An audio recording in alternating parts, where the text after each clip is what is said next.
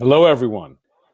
My name is George Martinez, candidate for mayor of Anchorage in 2021. And tonight we are having a Tell George live call-in program all around early childhood education in Anchorage.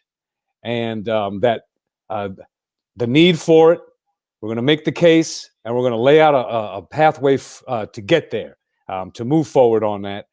But before we get into any topic matter, any broadcast that I've done, that we will continue to do, and moving forward always begins our space with a land acknowledgement. So I've recognized and acknowledged that I am today in Anchorage on the Nina Athabascan land, whose stewardship once was and remains today. And wherever you are, if you're in Anchorage with us, give a moment of reflection to the original stewards of the land, and to also, if you're not in Anchorage and you're seeing this today and or after the live broadcast, give that moment of reflection to the stewards of the land where you find yourself. And so thank you for that. I have some folks that will come on and we'll chat, but I wanted to lay out the course of what we're really getting at. And this is also a call-in. So if you have questions, please feel free to type them and we'll try to get them on. If you have comments or thoughts, and if you have something to share as we move forward later on, I'll also be asking folks to, and let me change this on the bottom, text your name and your email address, and we'll try to get, and your comment, and we'll try to get you also on the air. So there's two ways to communicate tonight, both in terms of the chat and then also in terms of sending a text message, and we'll try to get you on the air with us today. We're making the case, and let me go back to the original graphic. Anchorage is behind the curve on investing in childhood education. Point blank, let's begin tonight from that perspective. And I'm going to lay out an ABC approach, which is we're going to build a solid foundation when we invest in this area. B, we're going to help build our workforce and our economy. And C, we're going to cut costs. So we're going to get into a variety of those topic areas. But first, I want to give some background information as well. This graphic has 4 bullet points that I wanted to make sure we understood. First, a solid foundation. It is the case that 90% of brain development happens before the age of 5 of a child's brain development. So that's a critical thing to understand with respect to building and developing fully capable and thriving adults across the diversity of ways that people learn. This is a core general piece of information. 2, child care related absences cost the United States of America about $3 billion in economic loss. And what we report from Alaska is that, according to a study from the McDowell Group, is that we know that about 15% of Alaska's workforce depends on childcare. And because of that childcare that they do depend on, they are able to earn approximately $2 billion in wages. So it has a tremendous economic impact on people who utilize it, and conversely, for people who do not have access to high quality, affordable childcare. And there is a huge need. In Anchorage, in Alaska, it's about 90,000, but in Anchorage, it's roughly 40,000 children are under the age of 13, which is, we're going from pre-K, 0 to 5, but then also those early elementary years where they're not able to necessarily stay home alone and have that same level of independence that parents who are in the workforce require. So there's a tremendous need. And then lastly, on this piece of graphic, long-term savings.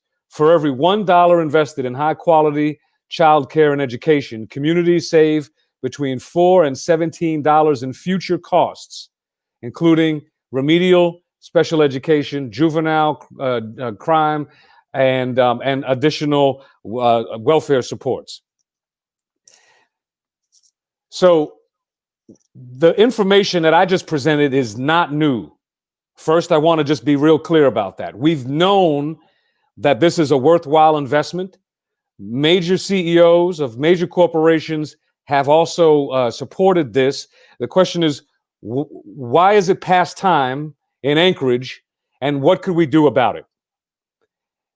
We have definitely missed some opportunities to be able to invest in an early childhood education infrastructure and to improve on it, but at least the starting point of getting a strong public commitment from the municipality into this area to leverage and to drive additional resources that could give us, in this time of uncertainty, a different starting point with respect to going back and getting back into returning to school and such. So I want to just do two other points, and then I'll bring additional information as we go through the night. I have other graphs and statistics to share, but I want to bring in the voice of some of the folks that are going to be speaking with us. I have a friend named Allie and a friend named Natasha, and they'll introduce themselves. And then I have a friend named Danielle coming on. Everyone wears multiple hats in our community, but they all are connected to this in a variety of ways. But when we talk about the investment in early childhood education, I want to be clear that we're talking about a 2-generation workforce development issue. A 2-generation. What that means is this framework of an early childhood framework and a early child care framework supports the workforce that we have today, but it also helps to provide the foundation for the workforce of tomorrow. So investments into early child care are a 2-generation workforce development investment, the current and the future. And additionally, cities that want to drive new industries, want to drive new investments, and be attractive to new corporations and their workforce, those are the cities that have done this type of investment already. So we are late. We're behind the curve. We can get there. Before we're done, I will also lay out some direct strategies to move us forward that we can call for with respect to our current leadership and taking this into the next election. But on this front, there was a recent article published in the newspaper, an op-ed around returning to school. We know the nature of the differences between families who have resources to be able to work remotely, maybe have the children of a certain age where they can also give them that certain independence, versus the nature of the workforce that have young folk with the diversity of needs that are part of that population, and some of the inability to have remote work, and what that has caused in terms of economic pressure on families. And that's partly why I wanted also to reset the nature of this conflict between groups who we're all here together. We all have to find a way forward. And but there are families who really need to have school in some way, shape, or form, both serving their kids, but it also requires them, it gives them the opportunity to go back into the workforce. How do we get there? There was a recent article highlighting that, and I'd love to just bring my friend Allie in. And hello, Allie Moe. Hi, can you hear me? Perfectly. All right. Absolutely. So I apologize. I didn't prepare as much as I should have. I just got home from work. I'm a nurse practitioner, so I had a busy day today. But yeah. Thank you for that. And for what you do in your work. And I know this is an issue that is pressing to you in a variety of ways. Why don't you share us where you are with this issue, and then even what you recently shared, and let's have a conversation from that. Yeah. So, my article and why this has been important to me is one, as a parent, I have a 5-year-old who's in kindergarten and a 1-year-old. And so that was kind of, one of the big things early on was, well, what am I going to do? My husband and I both work in healthcare. We definitely felt kind of left behind by the city and by society at large, and on many issues, but also on the school issue. However, we've been able to work through it. My kids both were in early childhood ed privately that we paid a lot for since March, and we didn't really have a choice. We both had to keep going to work, and our kids had to keep going to daycare, and it was a little sketchy at first, but as time went on and they learned the safety protocols, it was like, oh, we can do this, and my kids were thriving. And I'm very thankful that I had access to that, but I know that many people don't. And even in normal times, I think, as you said, people do not have access to early childhood ed. And it still costs a lot when you're able to, and that cost also inhibits a lot of families from being able to not only access it but supplement and do other things. Mm-hmm. Yeah, and particularly in healthcare, we have a whole labor force that is kind of on that edge. I'm thinking like CMAs, where they make a little bit too much money to maybe qualify for some of the aid that would help their kids go to childcare.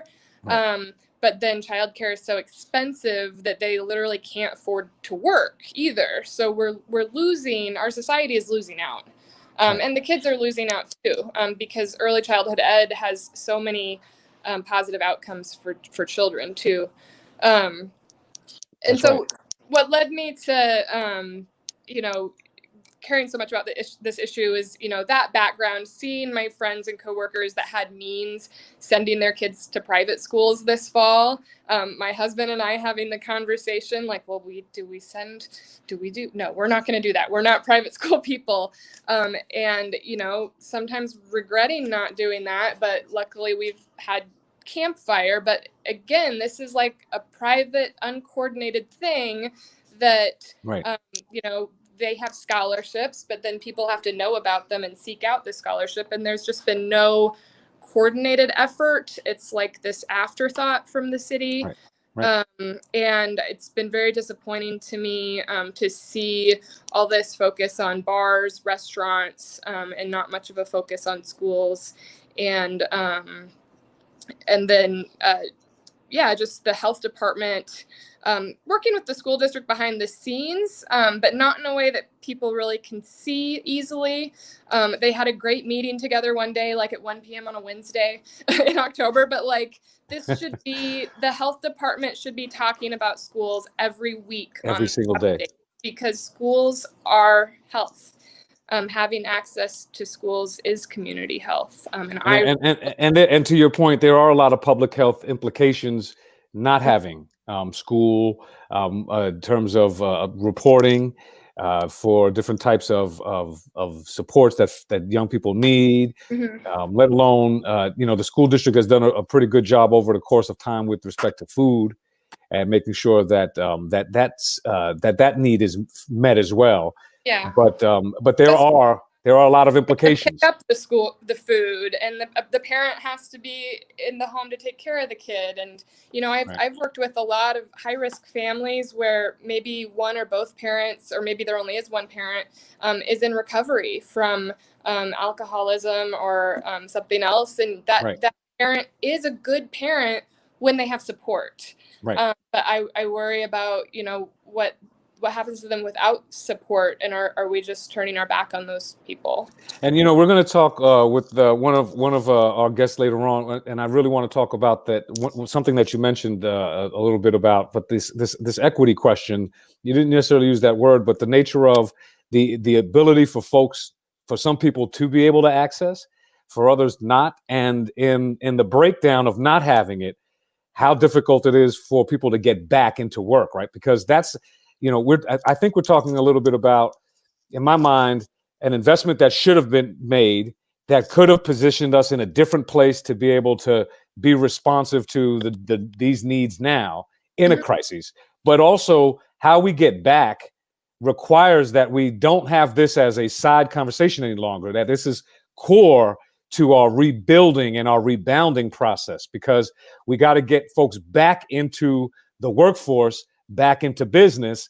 And even when the school district talks about the reopening plan, they focus primarily on the littles, because that's where the greatest need is for parents to be able to get back into the workforce and do it safely, right? So there's a lot of safety issues, but the lack of that And the child infrastructure. development, at that age is Right. really difficult to make up. You can make up learning, you can't make up brain development. Right. That's the window for that you don't get back. Absolutely. And and I wanted to highlight this particular graphic here as well. Just the return on investment as well. And in terms of the reason that they say that high quality birth to 5 programs support a 13% return on an investment for disadvantaged children. And what they mean by is this primarily economically disadvantaged children is because of that return on an investment for brain development is a real core component of how they evaluate that, where there's reduced cost to later on in life, where again, it goes back to this ability to really create a strong foundation during those very formidable developmental years.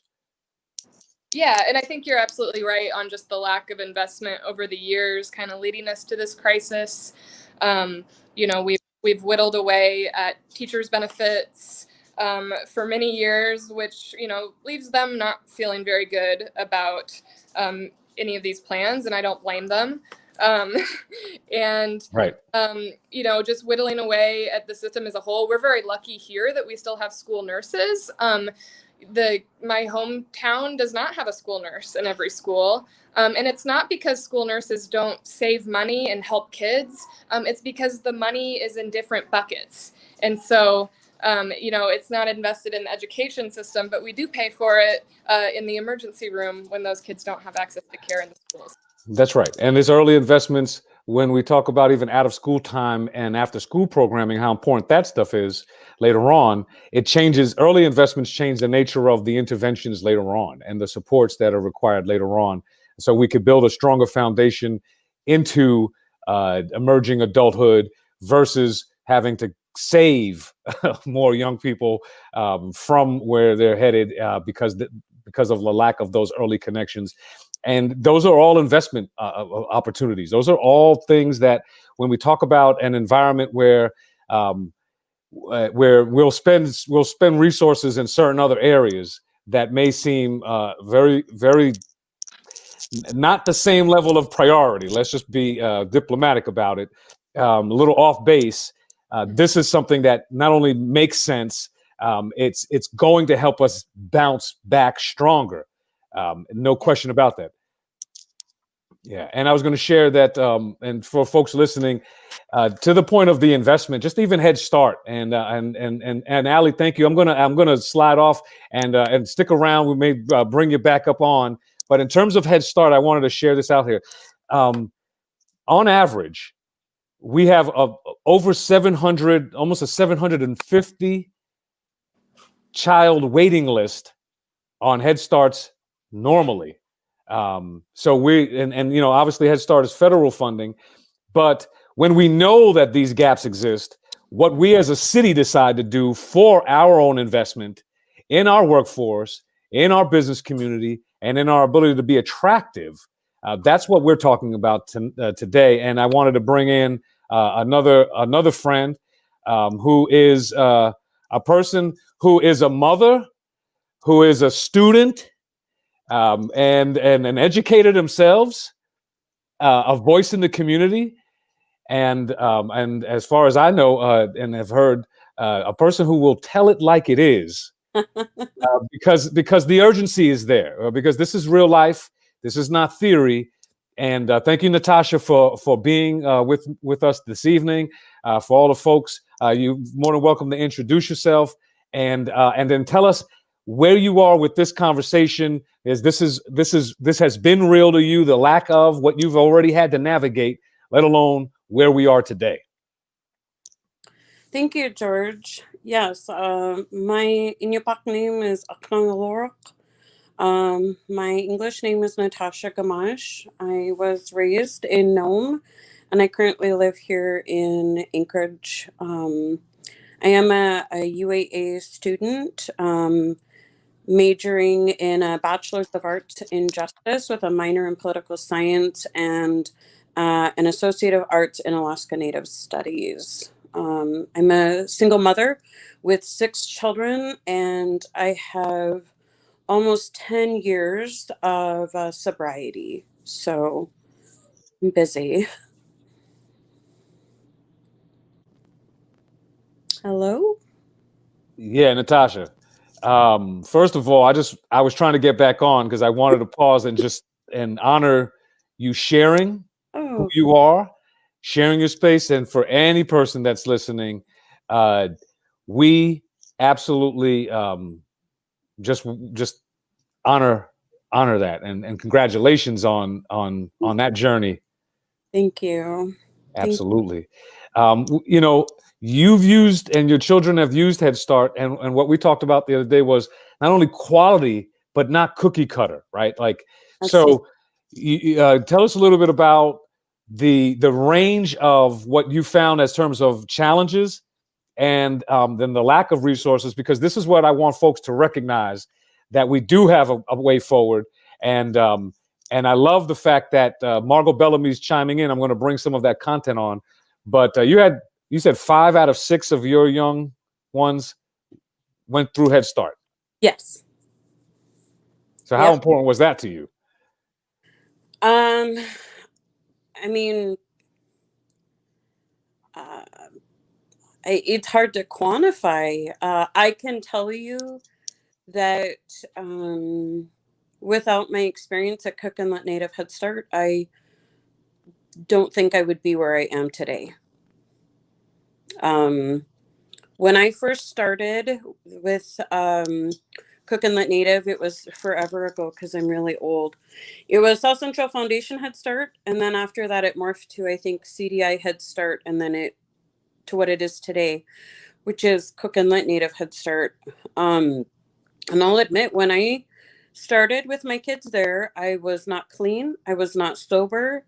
I was severely mentally ill. I had a lot of unresolved trauma. I was in a domestic violence relationship.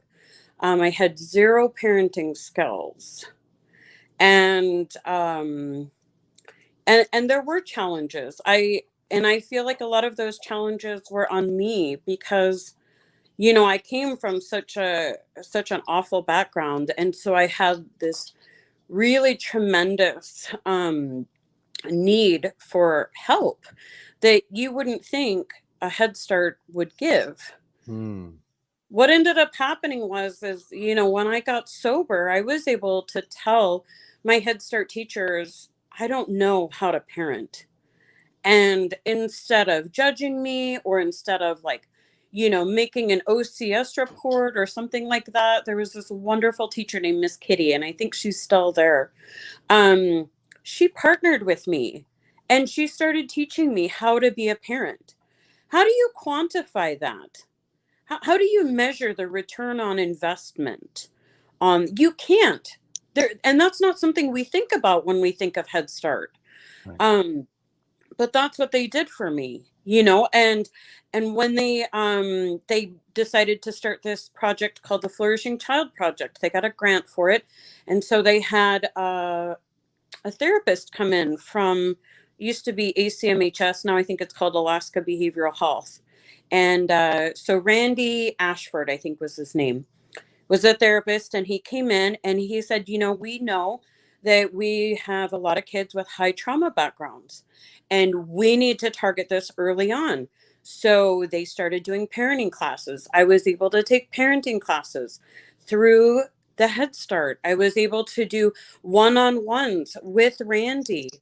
You know what? And it was so much more than that. When I didn't know how to toilet train my kids, the teachers helped me. They worked with me. We had a plan. when I had kids that we thought maybe had asthma, they told me, "Oh, okay, we're going to give you a referral."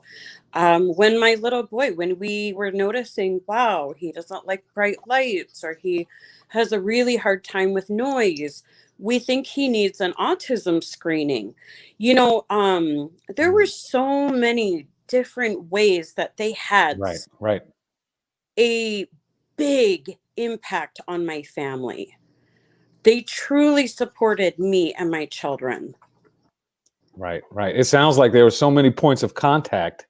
So just the interface, the proximity, and I know you're not alone with respect to the challenges that you were in. It was your circumstance, but those touches early on matter to you, and Yeah. like we said before, and to your children, because it gave them the ability to have a foundation that an individual may have not been ready to provide at that point. Yep. That's a very powerful, that's a very important and powerful just thing for people to really just resonate with. And I wanted to throw something. You mentioned UAA student, because your journey is then now giving you the ability to start to move forward, right? You stabilized, you held in, you locked it down, didn't fall backwards, right? You stopped that, and now now you're able to move forward.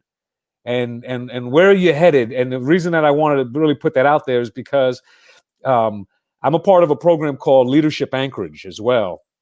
And last year there was one of our cohort members named Jacob Poindexter, I who know. is Jacob Poindexter. He has a program that maybe you heard of already, that they're starting, called the Dancing Owls. Mm, See, there's no. So it's the Dancing Owls program is going to be a child care program for you, for the college student who may have a kid at a certain age that can have that certain independence, but while they're in school, and this may be modified now because of COVID, but they were building this component because there's a gap there too for the student like yourself that needs that support. absolutely. There is a huge gap. I know once upon a time, UAA had a childcare center Right. on the campus, and I'm forgetting the name of it now. It's over at Regional now, um, but I'm not even sure. It's been a few, like 7 or 8 years since they closed it, and as far as I know, they don't have any plans to reopen another one. And so, the hard part with that is I think our numbers are something like we're 90% commuter campus, which means Right. most of our students are Right. non-traditional students. These are Right. people that are military. Multiple job carriers. Right. Right. Right. Right. These are adults with jobs and the whole shebang. And there's, for the size of campus we have, there's no daycare. Right. I understand that. I mean, when you think about just the school, just the nature of the city. So Margot Bellamy's putting some really great information. She also gave a shout out, and so let me bring up a little bit what Margot shared, and that's why we love Margot. She's a tremendous asset to the community and champion for our young people. But she talked a little bit about the status of the state funding and the supporting of families. And the next there's a long thread, Margot. So right on for the long thread.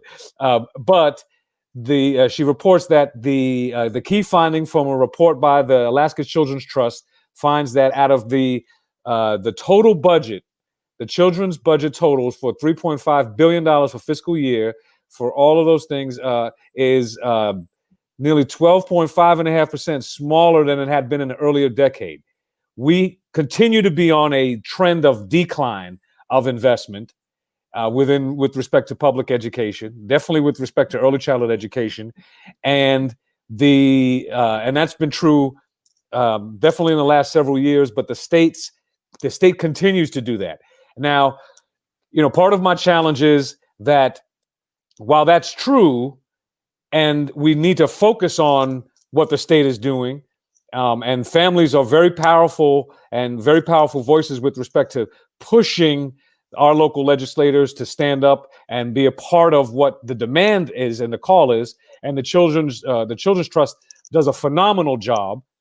But there are things that the municipality very specifically hasn't done to demonstrate the local commitment and investment to be able to then leverage that local investment into the framework independent of anybody else, so that when if the federal dollars come in a new presidential administration to support early childhood education and pre-K in a way that people have an expectation for, well, we're not ready as a city because we haven't started to build the framework with what we can and what's available to us now. And so we have to do that too, while we also advance and lobby the state and stand with our community education champions like Margot out there. And but like she said, it's behind your powerful voice, Natasha. I would like to think so. Unfortunately, with my experience having gone with the Alaska Head Start Association to lobby in Juneau, there were definitely some legislators that you could tell were not interested in what we had to say, which was really unfortunate, because what I know today is that when we invest in our small children, yes, we get a return on our investment, but what does that mean? So many people don't understand. By intervening when Head Start did with my kids, my children very likely could have ended up in prison one day because I wasn't clean. I wasn't sober. We didn't have parenting skills.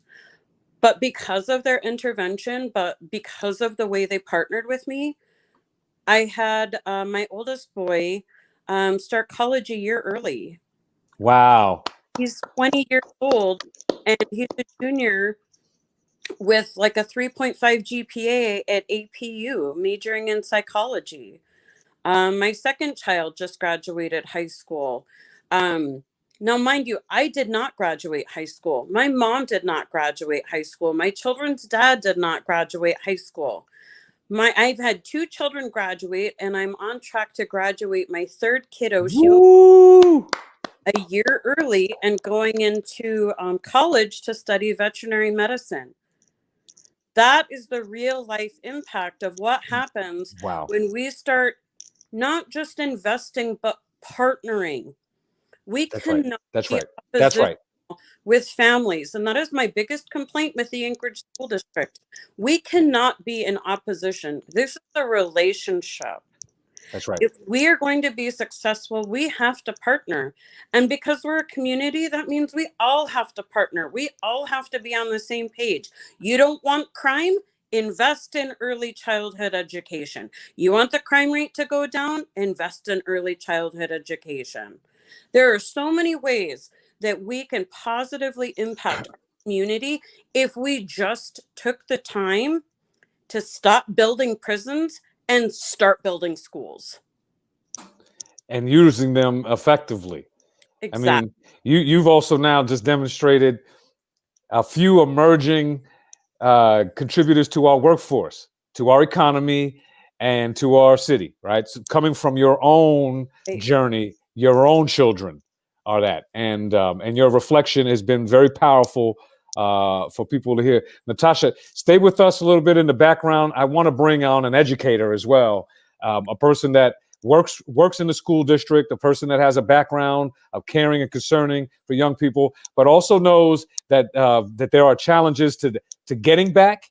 There are challenges to what we don't have, and maybe we can get some insights from that too. And then I'm going to bring all of us back on and see if there are any other questions. I did have another person potentially joining us, and we'll see if they're able to get on.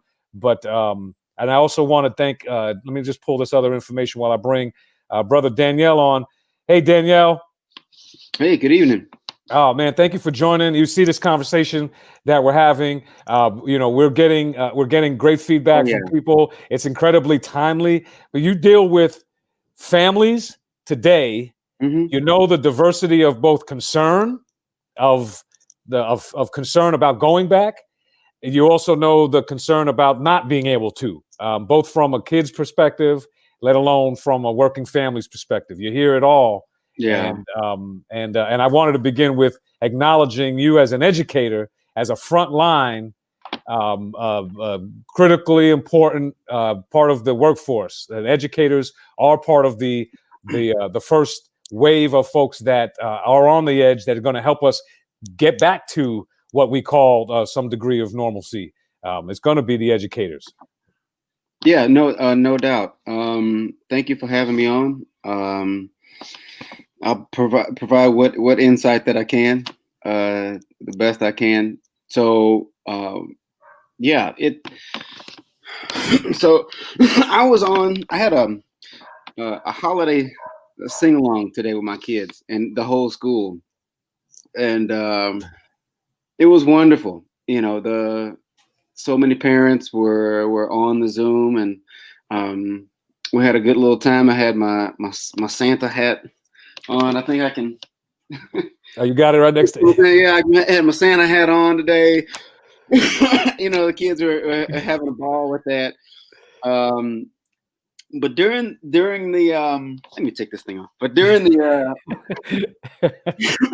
during the sing along, though, I had a little moment with the kids where I was telling them, to make sure that they, have a safe holiday. Even though I was going to see them tomorrow on Friday, some of them I weren't.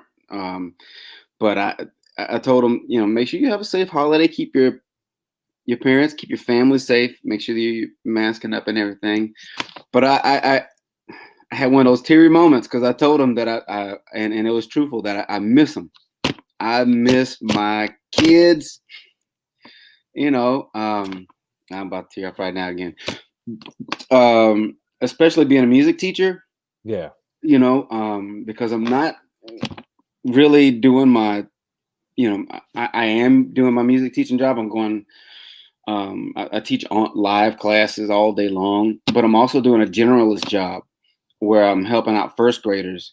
But I wanted the kids to know that I miss them, and that even though we can't be close together, we can't see each other. Like we can't, I can't hug them. Like, give them some dap. That that I care for them, and I miss them very much, and I can't wait to see them again. So that kind of speaks to the point you were, saying towards the end of what you were saying about that it's both sides. We want to go back. Teachers want to be with their kids. That is the absolute truth. So anything to the contrary is false. We want to be with our kids. We miss them. We want the best for them.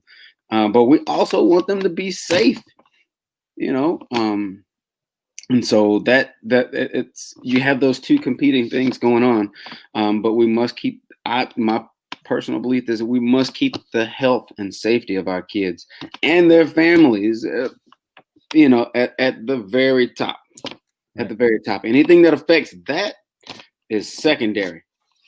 Full stop. But going back to Natasha, what a wonderful woman! What a wonderful thing she had to say about early childhood, and she's absolutely right. Natasha is right on the money when she's saying that the investment in our early childhood will lead to just a greater society. Period. Less crime, better jobs. Hopefully, we'll have the folks who grew up in our school system stay in the area, maybe go off a little bit, get some education, more education, and come back, right, to and help the community that they grew up in. One other thing is, I would love, there is a direct correlation between class size, the teacher to student ratio, and the success of our students. They call it the achievement gap, but it's bigger than just the achievement gap, because it's an opportunity gap. So I would say it's more like an achievement and opportunity gap, and study after study after study since the middle of the 20th century have been done that have consistently shown that when you get a low 15 or less students per teacher, that the opportunity and achievement gap between various races and economic backgrounds of the students is minimalized to the point where it's negligible. You cannot detect it. That's how effective a low teacher to student ratio is. And so I don't know what we would have to do. Well, but that speaks to building out a robust framework. One of the things that that I helped to bring was a report with the former mayor and with a thread to the Chamber of Commerce and one of their Make It Monday forums, and exactly what you're talking about right there, just with respect to the different ways that we will go about fulfilling the need.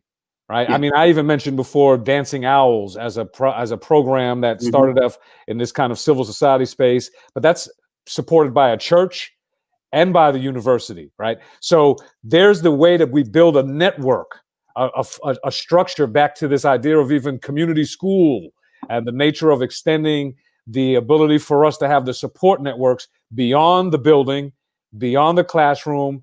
But utilizing those buildings, and we've all long had a conversation about the underutilization of our school buildings at different times of the day, and so there are lots of things that we could do when we activate civil society to be able to start to work the network that will be able to provide the support. And that doesn't mean that it's going to be a perfect fit when we start, but we haven't started that network yet, and that investment just has to happen.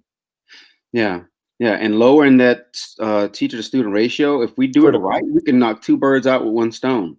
We could not only lower that ratio and shrink that achievement and opportunity gap, but we could also, if we focus on hiring teachers of color, because representation matters, we could knock that bird out too.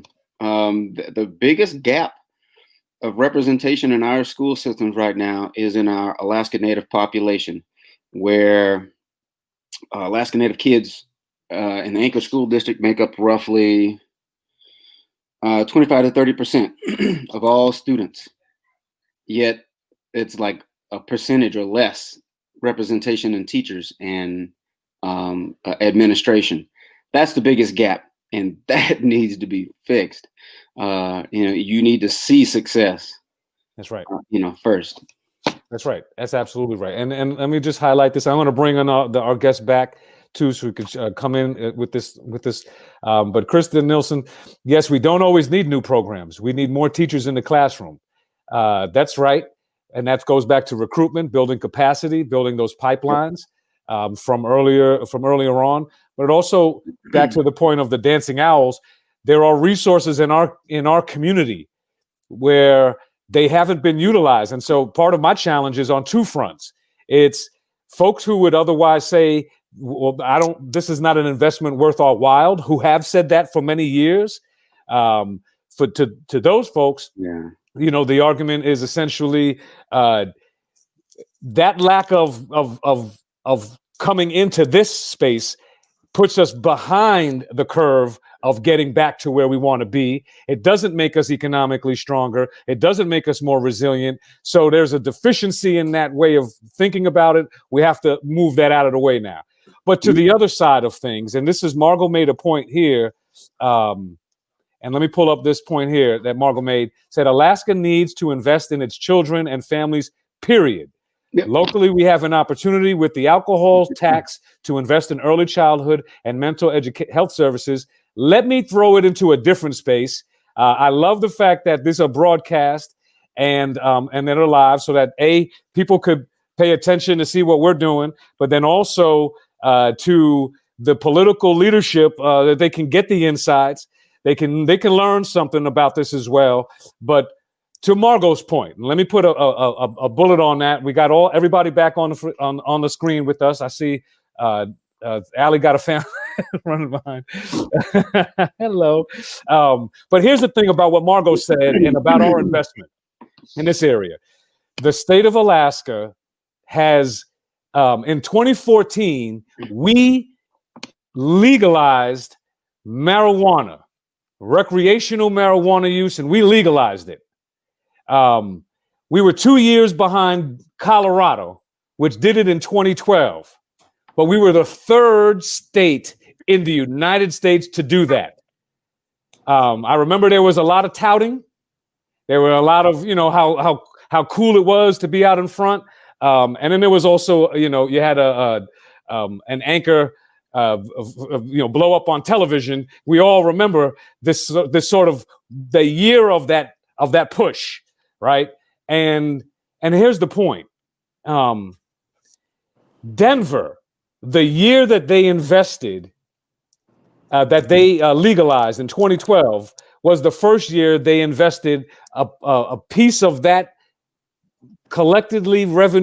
locally collected revenue from the sales tax. Not Colorado, but Denver, locally collected, where they invested it in education programs. They've been doing that every year with a percentage or a cut of their locally collected marijuana retail sales tax. The state of Alaska collects a wholesale sales tax, and they do distribute a percentage of that into education and prevention programs. The Children's Health Trust, the Children's Trust have been leading that, and I remember working on that work with them at the mayor's office. But here's the point. Anchorage has since legalized marijuana. We've long been into this, and no percentage, $0 of our locally collected marijuana sales tax goes to investments in early childhood and after school programming. And Denver had been doing that since the first year they did it in 2012. We approved it in 2014. And so to Margot's point, people voted on the alcohol sales tax specifically for the challenges that we have also not invested in with respect to dealing with treatment, with respect to dealing with homeless and other issues. But there's another low-hanging fruit for us that we would have to go back to the people. But now imagine the assembly has the ability to raise the local marijuana sales tax 2% up until a certain amount. I think it's capped at 11 or 12%. And they attempted to raise it, and it didn't work. We have heard nothing from the city with respect to this, but I know that there's even a ballot initiative to potentially put a couple of $1 million on a bond for a police investment. Right? The investments that we have to make doesn't necessarily have to be so big, but they have to be meaningful. And now is the time to actually start to drive that. I think that's the lowest hanging fruit. That already is the best practice. We're already late to that dance in terms of that investment. And I brought this to the city. I know we could do it, and I know that there's a lot of willpower behind that. But that starts to give us a financial framework of a couple of dollars, a couple of $1 million every year to start to invest in this network. We could have done it 3 years ago. We could have done it 2 years ago. We've been in a different position. We are now in a place where, to what's next, we have to start to make this type of investment. And what a low-hanging fruit to say Anchorage will invest in this period. Oh, yeah. You're absolutely right. President Biden put it best when he was quoting his dad, who said, if I'm quoting him correctly, don't tell me your priorities. Show me your budget, and I'll show you your priorities. Basically, you how they say, you put your money where your mouth. Money goes a long ways. You look at anybody's budget, and you'll see exactly where their priorities are. If your priority is in education, well, you're gonna have a lot of money going into education. If your priority is in supporting prisons, guess what? It's going to be, prison heavy on your budget.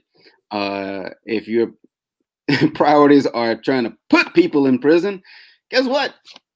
you're going to have a high priority on like your budget in the police force. So that's right. yeah. The city we want to be is established by the priorities and the funded mandates to fulfill those things. And I want to be clear to anybody who's listening, we're not talking about new money. We're talking about money that we already have, that we're not using in the right way, that we should be using in the right way, that can give us the ability to build out the basics of a framework that does start to address the need, but then gives us the ability to be ready for the next wave of investments when we do get that from the federal government and when the state gets in line. Natasha, I saw you unmuted. I know you may have wanted to, come on in. Yeah, when I think about the funding that comes in from the marijuana tax and from the alcohol tax, I think of two things. The first thing being trauma and how it relates to money. So often you hear people say, well, we already have the highest student payout in the nation. We pay so much money and our kids are underperforming. But what they don't stop to think is nothing in life happens in isolation. We have the highest domestic violence rate, the highest sexual assault rate, the highest child sexual abuse rate, the highest of all of these negative things within the country. We have kids exposed to such high levels of trauma, and then we want them to go to school and learn every day. Really? No. It does not work like that. You cannot learn when you are in fight or flight. You can't. Right. You can't learn when you're living in poverty and you're hungry and you're going to school and people want to shame your parents and make you feel bad and you're starving in school. No, we are not penalizing little kids. And I don't care if you're left, right, Republican. That's right. Right. It doesn't matter. This is about the lives of small children. You want to impact lives in a good, big way. We need to, as a city, because I don't know if we can do this, but as a city, I would say mandate ASD every one of your employees, from your bus drivers to your lunch ladies to your school counselors, from high school all the way down to your pre-K. Every staff that interacts with the child needs to have trauma-informed caregiving, because that is not happening. That's right. You have a highly traumatized population, and we are not training the staff that are working with them. And then we can't figure out why our kids are underperforming. Well, there you go. I just told you. Now put your money where your mouth is. And to that point, and I like that. That would be part of the educational component of the alcohol sales tax, where that particular focus is already. That's absolutely right. But we haven't heard that conversation either, Natasha. Right. And the other point is, all of this, when we think about kids, we often think about kids that can walk, kids that can talk, kids that are able-bodied, kids that can make their own insulin, the whole shebang. We don't ever stop to think about, how does our current system impact disabled students? Right. And the families that have those students. You want parents to work, but you've got a medically complex kid that the school can't work with, or you've got a behaviorally challenged kid that the school can't work with. Who's going to take care of that kid? Now you've got a parent out of the workforce. For as many kids as we have on the autism spectrum, right, we don't have any autism classrooms. Why don't we? My own son is 7. When he was diagnosed with autism and his doctor said, your child needs a structured learning class, I told the school, they said, that's for nonverbal kids. Your son is verbal. He's too smart. I said, well, don't you have a classroom for kids like him? Nope, we sure don't. Where do you put an autistic kid? In a classroom, like Daniel said, where there's 30 kids and fluorescent lights and kids are running around, jumping, yelling. Now my kid is triggered. My autistic kid, who, yes, he's verbal, but he can't regulate. Now he's behaviorally acting out in the schools like, well, your son's a problem. What are we doing to help special needs kids? Well, I'll tell you, our system is oppositional towards them. And I hear that time and time again from special needs parents across the city and across the state. We need to stop being oppositional as partners, or as educators, as healthcare providers. It doesn't matter what capacity you work in. If you want to have a successful running society, economy, family, whatever, you do not do it by fighting and butting heads. You Right. do it by partnering, you do it with collaboration, you do it with innovation. And with all the people that know everything on Facebook right now, there is not a single God blessed reason why we can't get ourselves together and pull everything together and say, you know what, we're going to set aside our differences. We're That's going right. to put kids number one. That's right. Like, You know, but we are number one. that's right. And Number one, we're going to invest in them. We're going to take measures to do the right thing. That's it. Full stop. that's it. Full stop. And it goes to your point and about rolling sleeves up and doing it and getting things done and rolling sleeves up. On that point, I wanted to mention two things, and I want to bring in another person that's just about to join. Jacob is about to jump on and talk a little bit about Dancing Owls and the need of that. But I wanted to highlight, Lo Crawford sent me a message saying, remember that there are great people within the municipality that are doing what they can where they can. My challenge is I'm running for mayor, so I'm looking at the leadership of the city, and I'm looking at the leadership across the spaces that could be driving this agenda that haven't. But if I look in spaces where work is happening, where there's an intention of beginning to do this work, I wanted to highlight the library. And and there's like the library branch manager over in Mountain View is phenomenal, Rayette Sterling, and is really focused on early literacy. But the library is creating positions now of having an early literacy librarian coming on because of that type of investment. So that's a good thing from the library's perspective. I wanted to shout that out. Let me bring Jacob Poindexter. Thank you. Welcome to it. Leave everybody else on. Jacob, more than welcome to come on in and just share a little bit about that need and a little bit about Dancing Owls. Let's put that a little spotlight on that as well. You're on mute, Jacob. There you go.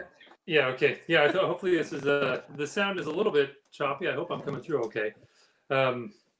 But yeah, thanks for mentioning Dancing Owls, just to sort of talk about what we're working on. And so we're partnering. I'm the minister at First Congregational Church, but we're partnering with with UAA, specifically the Multicultural Center. And we've been in a partnership for about 1.5 years, trying to figure out what that's going to look like. And the idea that we came across when we started really asking around at UAA, and especially within the Multicultural Center, especially Andre, Dr. Thorne, before he moved to Missouri, really exploring what the real needs were for students and their siblings or children. And what we really discovered is that the evening classes, especially after caregivers are coming after work, coming to classes, and their children or siblings are out of school, and what happens during that period of time between the end of school for children and their evening at home, and so trying to be as specific as possible to address that very specific need. And so we're working on we've gotten to the point of all of our 501c3 stuff and board development. And really, once UAA sort of comes back online of going full steam ahead, and at this point, we're working with UAA on a couple other ways to support some of their programming at MCC. And so we're specifically working with 7 to 13-year-olds, so trying to be in that age range for children and siblings of the students, MCC students. To make sure that we have programming that's addressing a very specific need, but also what's really important to what we're working on is that for an after-school program, that it addresses the needs of students, but it's also reflective of what the very specific children and want and need, and the kinds of support that they want and need. So trying to be as responsive as possible to what the UAA students or their children Right. And you know, need. Jacob, one of the things your project highlights is that we're and people may not know this, but Anchorage is technically America's hardest working city. Now, that's a title that goes to the amount of time and amount of hours people work per capita, right? And so there are a lot of people with multiple jobs, multiple different hats. They're stretched all sorts of hours, and so the need that we're talking about, and it goes back to Natasha's point where she described the nature of the diversity of needs, but it also is about the time diversity of needs, right? That people's schedules are not, especially if you're part of the working family and and the blue collar grinders of our city. You may not be able to have the schedule that fits perfectly with the school district schedule, right? And so what we call as traditional out of time options are not there. And that's part of what I imagine when we talk about building our framework of early childhood and after school programming, thinking of the out of school time as it relates to the diverse needs of our workforce and of the parents. Mm-hmm.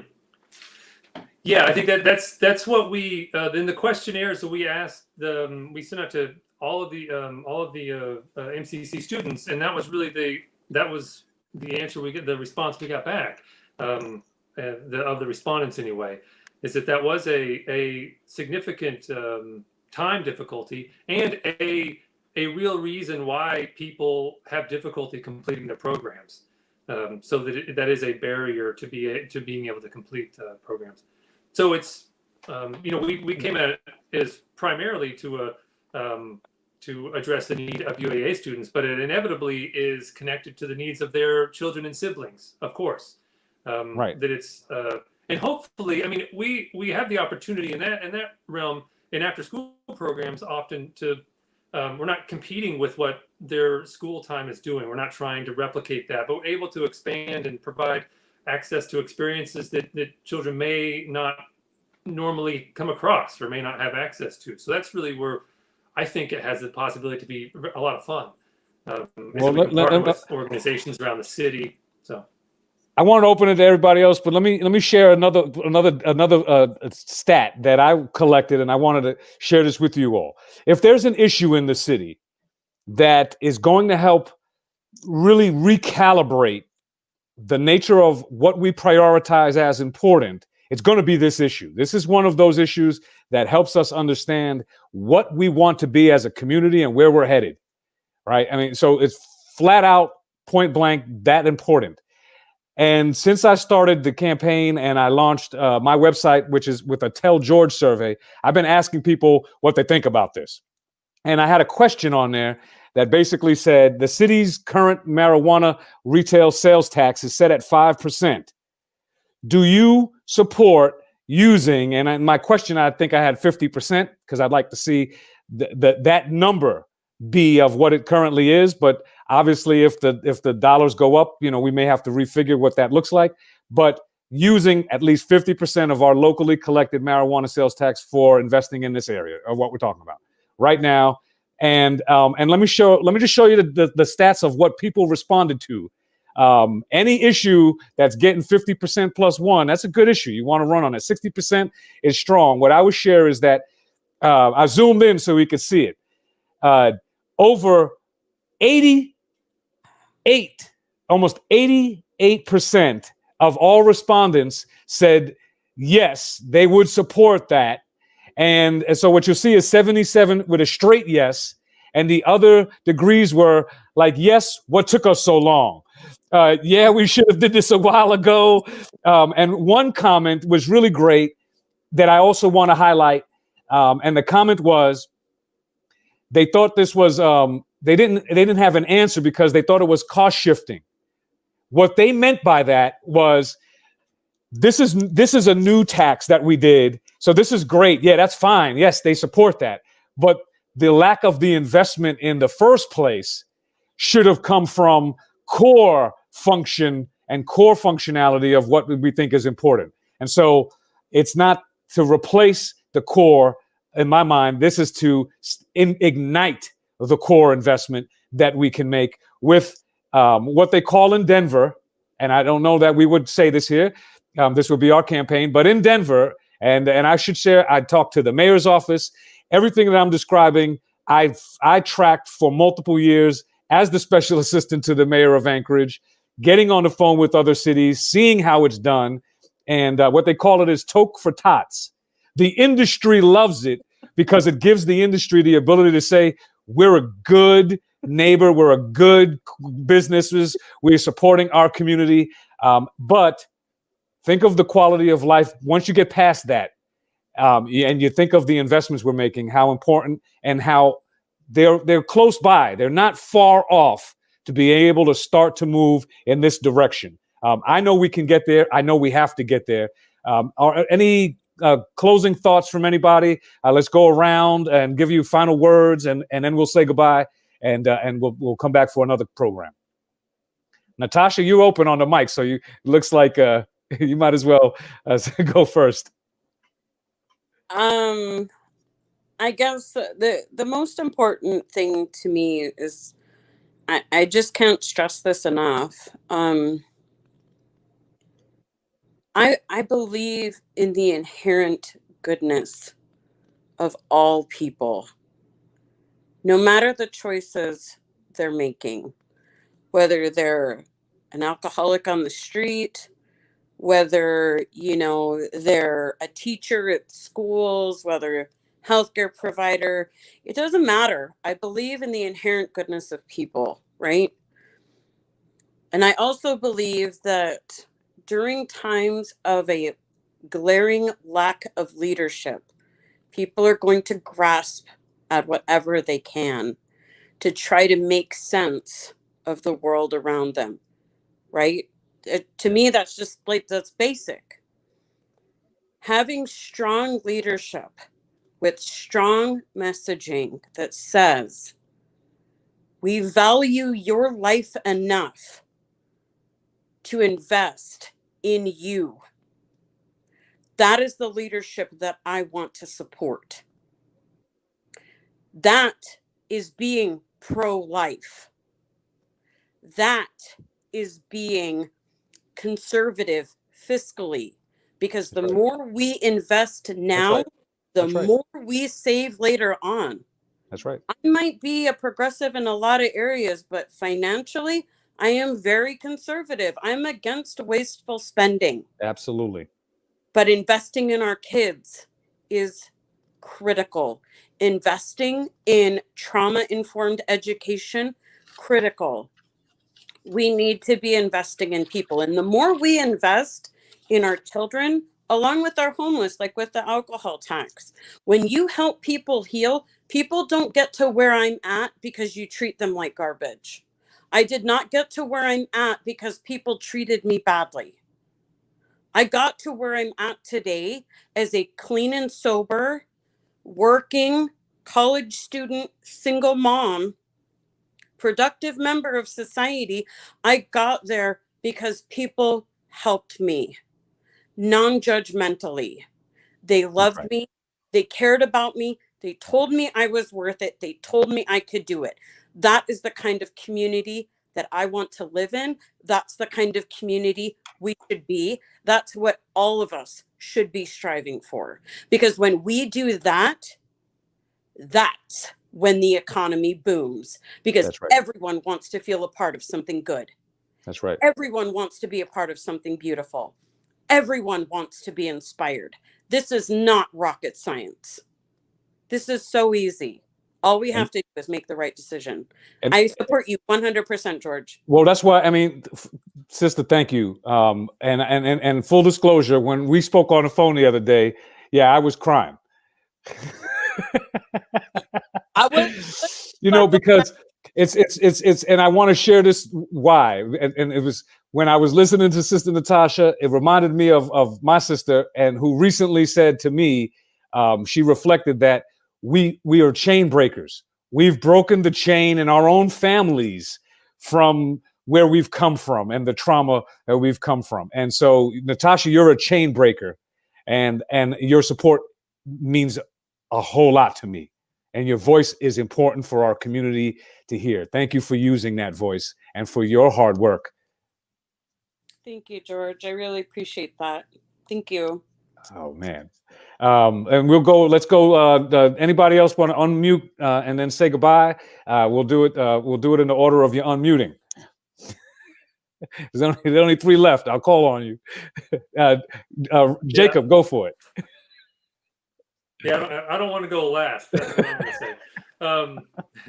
So I think that what I've really enjoyed about conversations with you, George, is, and it's the way that I see a lot of things too, is that organizations like I help lead a congregation, and I help lead other organizations, and it's really important for me for organizations to look around them, like look at who their neighbors are. I mean, who is next to you, and what can you do to step in? And I think especially when it comes to children, that we have responsibilities, especially people who are leading organizations of all types, to look at where are kids falling through right next door to you. I mean, where that are in your neighborhood. I mean, so I think it's really important that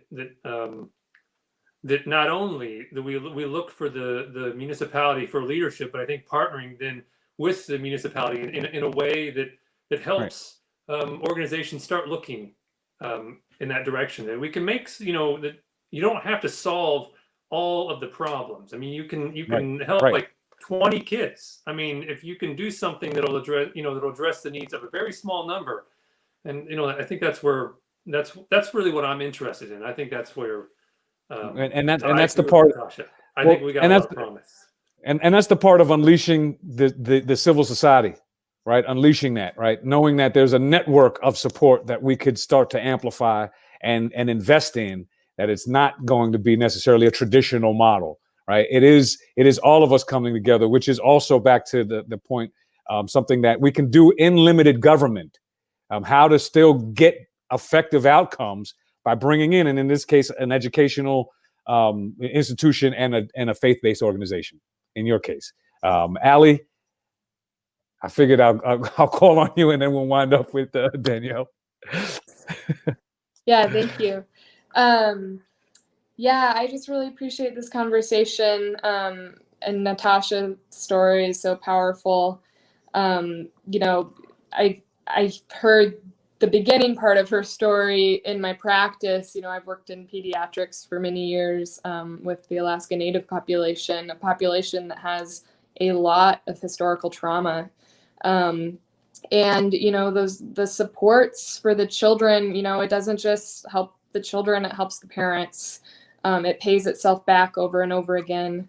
Too often I think progressives fail to tout the economic benefits. And it, maybe hasn't served progressives well to fail to do that. So I appreciate that, you're bringing that conversation piece up too, because I care about people. I like helping people, but I also want to be fiscally responsible, and I think that's important to a lot of people. That's right. But being a progressive can do both. So thank you so much for having this conversation. Well, thank you for writing. Thank you for writing and sharing your perspective with the public, and for being here, for being a healthcare worker on the front line, and for what you do in our community, and for being a great mama. Right on. And Danielle. Yeah, appreciate you having me on tonight, George. I saw somebody in chat that put out one of my old professors. I want to give a shout out to Misha Jackson and the Aquan clan down in Juneau. She was my professor for my master's degree program down there at the UAS. So yeah, if you're looking for a good teacher, there you go, Misha Jackson. But I just to hit back on what everybody else was talking about, money. We have to make that proper investment. Money goes a long ways. I mean, you see it, like I said before, you see it time and again. Wherever you put your money, your budget priorities, that's where the outcomes will come. Whether it's in the military budget, whether it's in police or prison budget, whether it's in education. We could have a smart society. We can have an educated society. And time again has shown that more educated societies do better over time. So yeah, we need to reinvest in education, and it can't happen soon enough, man. And so time for excuses is over. Absolutely, it's time to bake that cake and put it in. And the language I use is build the most important pipeline that we can produce, which is the cradle to career and beyond pipeline. And that's the most important pipeline. It starts with these early investments. And I'll leave it on these last couple of notes. First, thank everyone for being, and thank you all, my guests. Thank everyone on the chat, and Margot, and anyone that watches this after the fact. You see, visit the website for more information and to support. But a city that invests in its youth is a city that says we're focused on tomorrow. And we're talking about building a solid foundation, rebuilding our workforce in our economy, and saving costs, cutting costs in the long run with a smart investment today. We recognize we can get there. This is part of what we're going to need to reset, rebuild, and rebound and move Anchorage forward. My name is George Martinez. Thank you, everyone, for being with us. Until our next Tell George Live, stay tuned and be safe out there.